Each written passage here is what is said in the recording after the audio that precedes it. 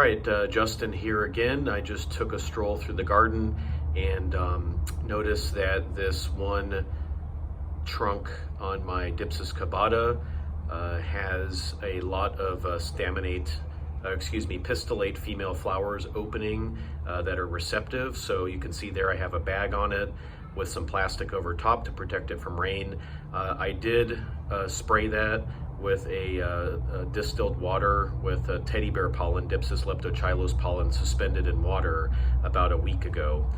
So now that it's been 1 week, it's good to reapply once a week, and that 7-day time period gives the pollen a chance to germinate and inseminate the ovule in the females and create a seed. So I have been successful with this tree and with this hybrid. I have one spike so far of Dipsis cavata x leptochilus growing on my seed beds. So right now I'm going to show you how I create my pollen suspension in distilled water. So what I'll do is I'll take some of the distilled water here from the store.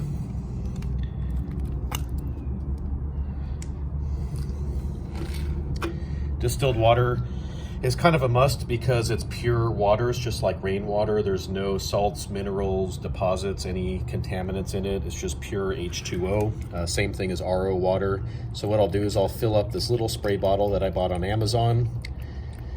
About, let's see, that inflorescence is pretty small, so probably do about 1/3 of the bottle.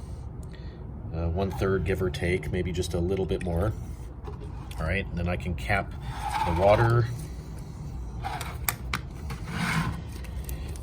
And then this is pollen that was harvested on obviously September 24th.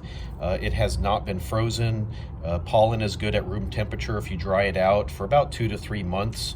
So this was only a couple of weeks ago that I collected off of my own teddy bear palm in the yard. So I'm just gonna add that distilled water. Another feature of distilled water is that its ionization allows particles and dirt and things to cling to it more easily than like tap water or drinking water. So because it's pure, it's always looking for particles such as pollen grains to attach to, and it has something to do with its molecular structure or ionization. I'm not a full chemist, so I don't know exactly all of it, but I just do know that just pure water is the best way to go.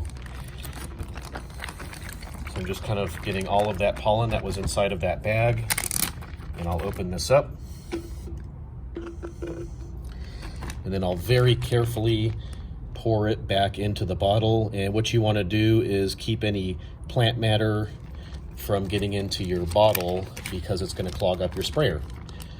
So along with the pollen, there's a lot of dried out stamens and pistils and flower petals and sepals and things like that. So if you can pour it in very, very slowly and just kind of pinch it at the top, it helps keep all of those out. And right at the top of the water there, I can see a lot of just anthers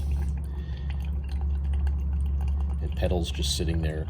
So this is kind of a slow process. It takes a little bit of time to just slowly drip trickle this in. Hopefully you can see that there.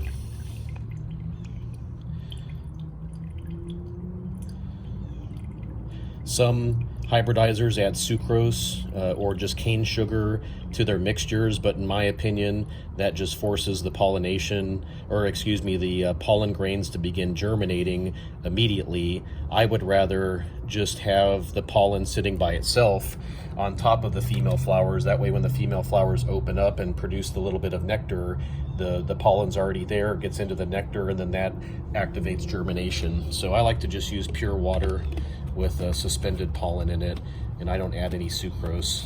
Sometimes I will, but today I'm not going to.